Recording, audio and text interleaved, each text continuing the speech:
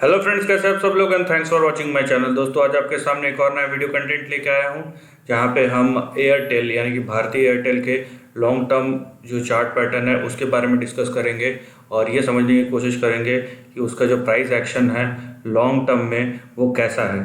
तो चलिए दोस्तों, आज का वीडियो शुरू करते हैं। दोस्तों, वीडियो शुरू करने से पहले मैं बता देना चाहता हूँ कि कंटेंट प्योरली एजुकेशनल पर्पस के लिए है और मैं किसी भी तरीके का रिकमेंडेशन या सजेशन नहीं दे रहा हूँ ट्रेडिंग और इन्वेस्टिंग के लिए। अगर आप अपना पैसा लगाते हैं तो प्लीज़ रिसर्च करके ड्यू डिलिजेंस करके लगाइए। दोस्तों से टिप्स ट्रिक्स व्हाट्सअप मैसेजेस या फिर बाहर के किसी आइडियाज़ लेके इधर उधर से पूछ के न्यूज़ देख के ऐसा मत कीजिए दोस्तों। अदरवाइज़ आप टाइम और पैसा दोनों की बर्बादी कर रहे हैं, इस बात का खास ख्याल रखिए। चलिए दोस्तों, वीडियो शुरू करते हैं। दोस्तों, ये देखिए, सबसे पहले मैं लॉन्ग टर्म की बात, इसमें लॉन्ग टर्म के साथ साथ मैं आपको शॉर्ट टर्म बताऊंगा, लेकिन मेजर जो फोकस है इस वीडियो कंटेंट का कि लॉन्ग टर्म चार्ट पैटर्न कैसे हुआ है। जब भारतीय एयरटेल आया था मार्केट में 2003 से 2007 का जो ग्लोबल रन था या मेगा बुल रन था, उसमें देखिए दोस्तों 5,600% का रिटर्न दिया था अराउंड 4.8 ईयर्स में।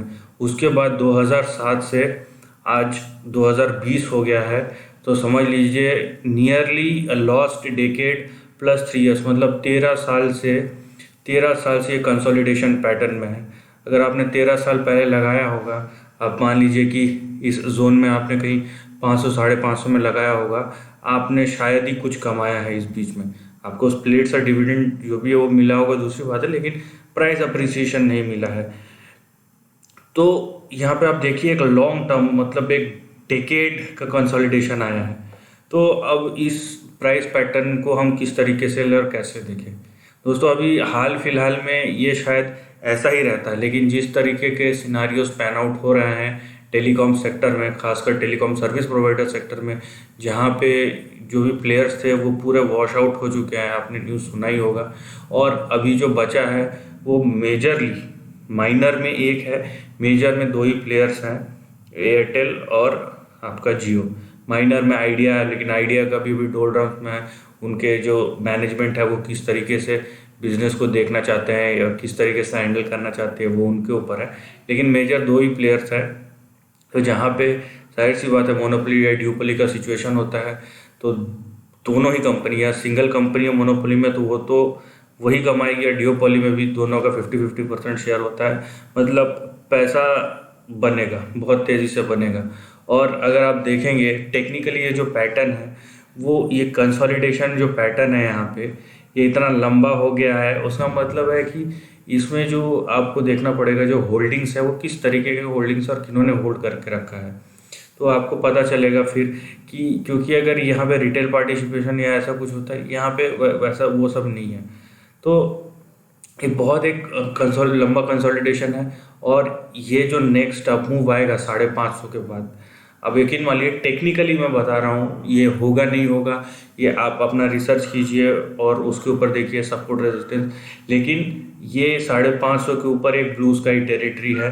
टेक्निकली हम ये बोलते हैं कि जितना यहाँ से यहाँ तक का लेंथ है, ये कंसोलिडेशन जब ये जो क्रॉस होगा तो ये जो लेंथ है आपका वो फिर से रिपीट होगा। ये टेक्निकल टर्म्स में है। तो ये कब होगा कैसे होगा दैट टाइम नोज, लेकिन जिस तरीके के सिचुएशन पैन आउट हो रहा है और जैसा कंडीशन इस इंडस्ट्री में या इस कंपनी को जिस पोजीशन में स्पॉट में है, तो ये टेक्निकल पैटर्न, जो बुकिश टेक्निकल पैटर्न है वो प्ले आउट होने की जो प्रोबेबिलिटी है, चांसेस है, वो बहुत ज़्यादा है। तो ये बहुत अच्छी बात है कि इतनी बड़ी कंपनी जिसने 12-13 साल से कुछ कमा के नहीं दिया है, एक लॉस्ट 1.5 डेकेड हो गया है, उसके बाद ये फिर से अपॉर्चुनिटी आया है कि फिर से ये आपको कुछ कमा के दे। और वैसे ही आप देखिए यहाँ पे कि किस तरीके का प्राइस पैटर्न डेवलप हुआ है। 265 से सीधा ये 474-75 के रेंज में अभी आ गया है।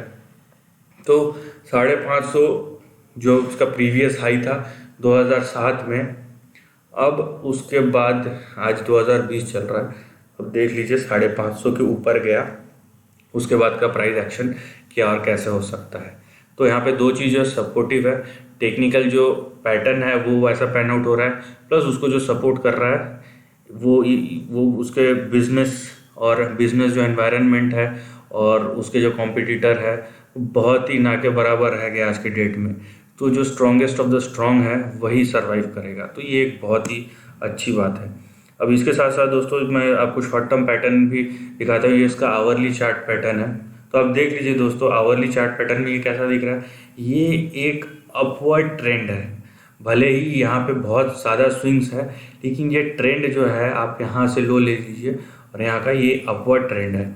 फरवरी में 2019 फरवरी में जो ट्रेंड शुरू हुआ था 300 के आसपास से, वो दिसंबर तक आते आते यहाँ पे अराउंड 400 पे पहुँचा। उसके बाद ये यहाँ पे जो ब्रेकआउट हुआ उसके बाद यहाँ पे कंसोलिडेट कर रहा है। आप देखिए कंसोलिडेट कर रहा है, लेकिन ट्रेंड जो है ये कंसिस्टेंटली इस ट्रेंड में था, अभी वहाँ से घूम के इस ट्रेंड में चले गया। तो ये कंटिन्यूसली अपवर्ड ट्रेंड है और यहाँ पे ये जो रेंज है इसमें कंसोलिडेट कर रहा है। तो स्ट्रॉन्ग जो चार्ट पैटर्न है वो, चाहे आप ओवरऑल जो बड़े टाइम फ्रेम पे जो मंथली फ्रेम चार्ट में मैंने आपको बताया कि वो कंसोलिडेट कर रहा है, और इतना लंबा कंसोलिडेशन के बाद जब ब्रेकआउट आता है उतनी तेज़ी से आता है। यहाँ पे ये मैटर नहीं करता कि स्टॉक का मार्केट कैप कितना है, जब भागेगा तो इतना तेज़ से भागेगा कि समझ में नहीं आएगा। तो इस तरीके का है, और आवरली चार्ट पैटर्न में आपको कहीं ना कहीं वो पैन आउट होता हुआ दिख रहा है, वो शुरू भी हो चुका है। आप देखिए कि इतनी बड़ी कंपनी और इंडेक्स कंपनी है, तो रिटर्न जो है बहुत ही सुपर्ब दिया है कि 200 रुपये का अप मूव है। तो यहाँ पे इतना बड़ा पैटर्न प्ले आउट हो रहा है, और प्रोबेबिलिटी ये है कि ये 550 के ऊपर जाएगा और अच्छा रिटर्न कमा के देगा।